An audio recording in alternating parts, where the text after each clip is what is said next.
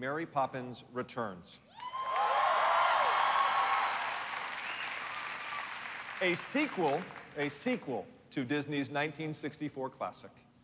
We have an astounding filmmaking team led by the incomparable Rob Marshall, director of the Oscar-winning Chicago, as well as Disney's own Pirates of the Caribbean on Stranger Tides and Into the Woods. Producers John DeLuca and Mark Platt have between them such hits as the aforementioned Into the Woods, La La Land, and Broadway's Wicked. And our amazing songwriting duo are Scott Whitman and Marc Shaiman, who, among other things, wrote the music and lyrics for the musical Hairspray. In a beautiful, all-new collection of songs, they've managed the remarkable task of capturing the tone, feel, and style of Mary Poppins' timeless tunes that we all love so much.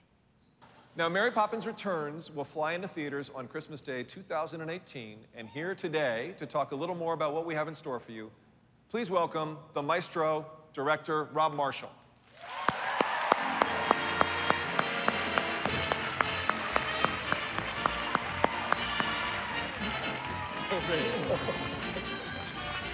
And Mary Poppins herself, the extraordinary Emily Blunt.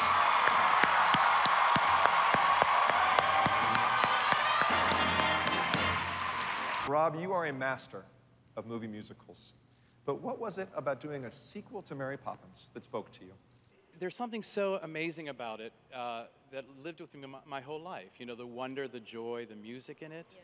Yeah. And I was, you know, when you came to John DeLuca and myself and asked us, it was terrifying, to be quite honest, but exciting at the same time. Because I was not fully aware that there were these 8 other books and more adventures to tell.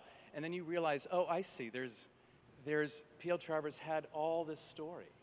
And so it made sense to kind of think, well, maybe we could take a look at it.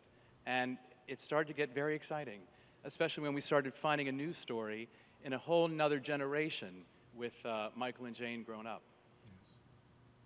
I was a huge fan of her as a person as well.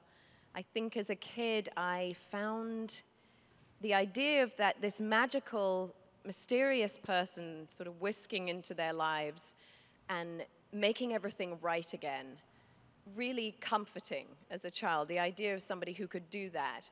And I think children have really responded to that lack of sentimentality that she has as well, that she's rude and eccentric and odd, you know. Yes, indeed. So I always found the film just incredibly magical, wanted to be the Banks children, as I think most people did when they watched the film. They just wanted to be those kids. Today, we have Marc Shaiman, our composer, along with the extraordinary Disney orchestra over there